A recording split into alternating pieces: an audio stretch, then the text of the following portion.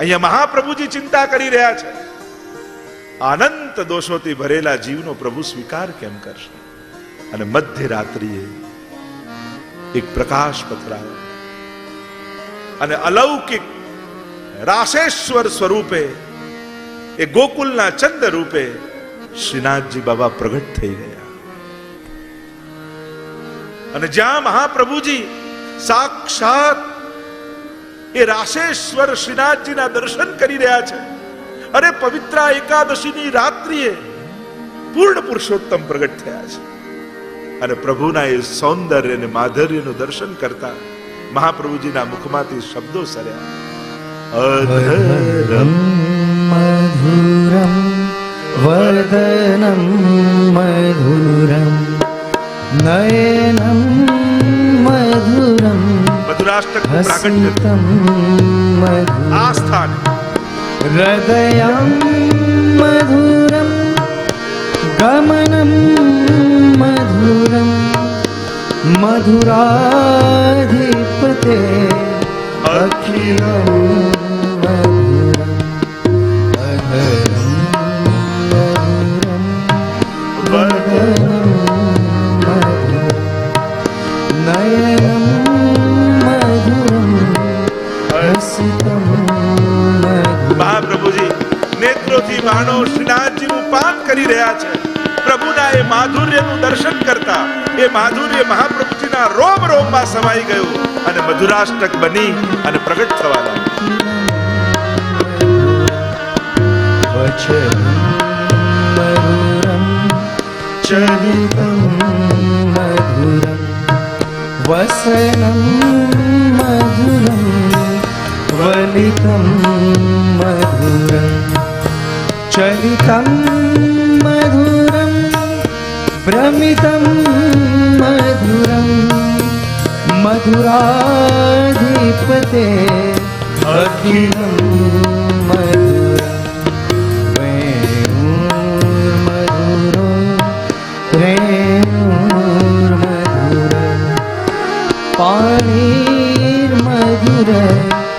પાદો મધુર નૃત્યમ મધુરમ સખ્યમ મધુરમ મધુરાધિપતે અખિલમ મધુરમ. મીઠો મધુરો અવાજ સંભળાયો, વચનમ મધુર. હે શ્રી વલ્લભ, આપ શા માટે ચિંતા કરો? પ્રભુ, આપે આજ્ઞા કરીને ભૂતલ પર આવ્યો આ દૈવી જીવોનો આપની સાથે સંબંધ કરાવવા માટે, પણ આ તો સંસારમાં રહી પોતાના સ્વરૂપને ભૂલી ચૂક્યા છે. કેમ કરી આજના જીવનો આપની સાથે સંબંધ કરાવો? હે વલ્લભ, આપ ચિંતા ન કરો. હું આપને મંત્રનું દાન કરું છું. આપ જે જીવને આ મંત્ર દ્વારા બ્રહ્મ સંબંધ કરાવશો, 4 વચન અત્યારે હું આપને આપું છું. હે શ્રી વલ્લભ, પહેલું વચન શ્રીજી આપ્યું, આપના દ્વારા જે જીવનો મારી જોડે સંબંધ થશે એનો નિશ્ચિત હું સ્વીકાર કરીશ. બીજું વચન આપ્યું, એક વાર જેને સ્વીકારીશ એનો ક્યારે ત્યાગ નહીં કરું. ત્રીજું વચન આપ્યું, આપની કાનીથી જે કાંઈ પણ મને ભોગ ધરશે એને હું ચોક્કસ આરોગીશ. અને ચોથું વચન આપ્યું, આપ જેના માથે મને પુષ્ટાવીને પધરાવી દેશો ત્યાં સદાય હું પ્રગટ સ્વરૂપે બિરાજમાન રહીશ. આ 4 વચને શ્રીનાથજી બાબા આજની રાત્રિએ પવિત્ર એકાદશીની રાત્રિ આ ગોવિંદ ઘાટના બેઠકજીમાં બ્રહ્મ સંબંધ મંત્રનો આ વચન આપી અને 4 વચને ઠાકોરજી બંધાયા. મહાપ્રભુજીના હાથમાં તુલસી દળ આપ્યું ઠાકોરજીએ અને સ્વયં મહાપ્રભુજીને બ્રહ્મ સંબંધ મંત્ર ઠાકોરજી બોલાવ્યો. હજારો વર્ષોથી વિકુટો પડેલો આજે પ્રભુથી વિકુટા પડે અનંત સંવત્સર પરિવત્સર વ્યતીત થઈ ગયા છે. પોતાના સ્વરૂપનું પણ વિસ્મૃતિ થઈ છે.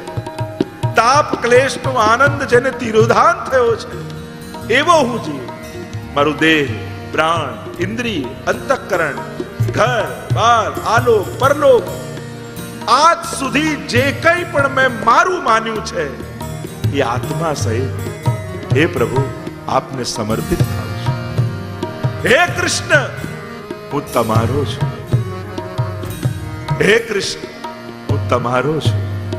હે કૃષ્ણ હું તમારો છું. આમ પંચાક્ષર મંત્રનું દાન શ્રી મહાપ્રભુજીને શ્રીનાથજીએ કર્યું. મહાપ્રભુજી ગદગદિત થઈ રહ્યા છે, આંખોમાંથી અશ્રુપાત થઈ રહ્યા છે. એ મધુરાધિપતિ શ્રી કૃષ્ણ સાક્ષાત નંદ નંદન સામે ઉભા છે અને પવિત્ર એકાદશી નિમિત્તે મહાપ્રભુજી પવિત્ર સિદ્ધ કરીને રાખ્યું છે. અને પવિત્ર લઈ શ્રી ઠાકોરજી જે પ્રભુ પ્રગટ થયા છે એમના શ્રી કંઠમાં મહાપ્રભુજીએ ધરાવ્યું. કંઠ પવિત્રા લે પહેરાય મિશ્રી ભોગ ધરી મન ભાય.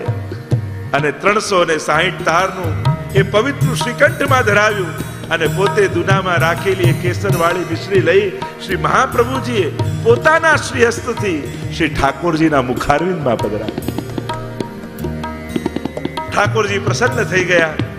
શ્રી વલ્લભને અહીંયા મેળાપ થયો, વચન આપ્યા, સાષ્ટાંગ દંડવત કર્યા મહાપ્રભુજી. અરે પ્રભુ, આપના આ વચનોથી તો હવે આ કૃપા માર્ગ બહુ સરળ થઈ ગયો. આપે આ ક્ષણે આજના દિવસે આ સ્થાને આપે પુષ્ટિ માર્ગની સ્થાપના કરી છે પ્રભુ. પુષ્ટિનો અર્થ જ થાય કૃપા. પોષણમ તદનુગ્રહ. પોષણ, પુષ્ટિનો અર્થ પોષણ, પોષણનો અર્થ કૃપા, કૃપાનો અર્થ અનુગ્રહ.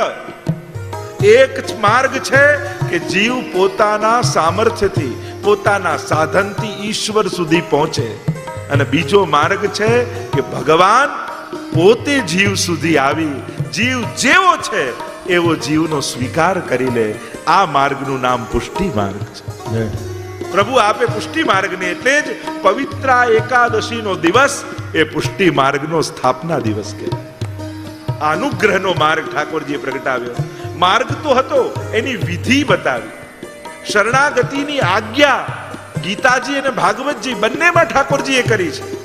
પણ શરણાગત થવાય કઈ રીતે એની પ્રોસેસ નથી બતાવી. આજના દિવસે ઠાકોરજીએ પ્રોસેસ આપી, એ વિધિ આપી કે મને તું શરણાગત કઈ રીતે થઈશ. તો કે હવે આ મંત્ર દ્વારા તો તુલસી દલ હાથમાં લઈ જ્યારે મને શરણાગત થઈશ ત્યારે શરણ આયે સોહી તારે હું એ જીવનો નિશ્ચિત સ્વીકાર કરીશ અને એના બધા જ દોષોમાંથી મુક્ત કરીશ. એને નિર્દોષ બનાવી એનું યોગ અને ક્ષેમ હું કરી આવીશ. એને મારો ગણીશ. મર્યાદા માર્ગમાં જે સારો એ માર્ગ, જે બધા દોષોને છોડે ભગવાન એનો સ્વીકાર કરે. પુષ્ટિ માર્ગમાં જે મારો એ સારો. તું જેવો છું એકવાર મારો થઈ જાય. મામે વયે પ્રપદ્યંતે માયા મેતામ તરંતિ તે. ગીતાજીના એ વચનોને યાદ કરીએ. જે મારો છે એ આ માયાને તરી જાય છે. હું એને તારું છું. કારણ કે એનું સાધન અને એનું ફળ બંને હું બની જાઉં છું. આ પુષ્ટિ માર્ગની વિશેષતા. ભગવાન સુધી જવું પડે એ મર્યાદા માર્ગ અને ભગવાન જીવ સુધી આવી જાય એ પુષ્ટિ માર્ગ. ભગવાનના ધામમાં કોઈ પહોંચાડે એ મર્યાદા માર્ગ અને ભગવાનનું ધામ એ વૈષ્ણવનું ઘર બની જાય એ પુષ્ટિ માર્ગ. અનેક ચર્ચાઓ કરી શકાય મર્યાદા અને પુષ્ટિ. આ પુષ્ટિ માર્ગની સ્થાપના આ સ્થાન પર જે પહેલી બેઠકજી છે ત્યાં થઈ છે. અને પવિત્ર એકાદશીની એ રાત્રિ જે ક્ષણે ઠાકોરજી મહાપ્રભુજીને આ બધું કહી રહ્યા છે એ જ ક્ષણે દમલાજી નિકટમાં સૂતા છે. ઠાકોરજી આ રીતે આજ્ઞા કરી, બ્રહ્મ સંવત મંત્ર આપ્યો. પ્રભુ ફરી અંતર ધ્યાન થઈ ગયા અને મહાપ્રભુજીના હૃદયમાં આનંદ છે કે હવે તો આ કૃપા માર્ગ બહુ સરળ થઈ ગયો, સહજ થઈ ગયો. જીવનું સમર્પણ કરાવી અને આ પુષ્ટિ ભક્તિના માર્ગમાં જીવનો અંગીકાર થઈ જશે. કેટલું સરળતમ માર્ગ થઈ ગયો. મહાપ્રભુજીને હૃદયમાં અતિ આનંદ છે.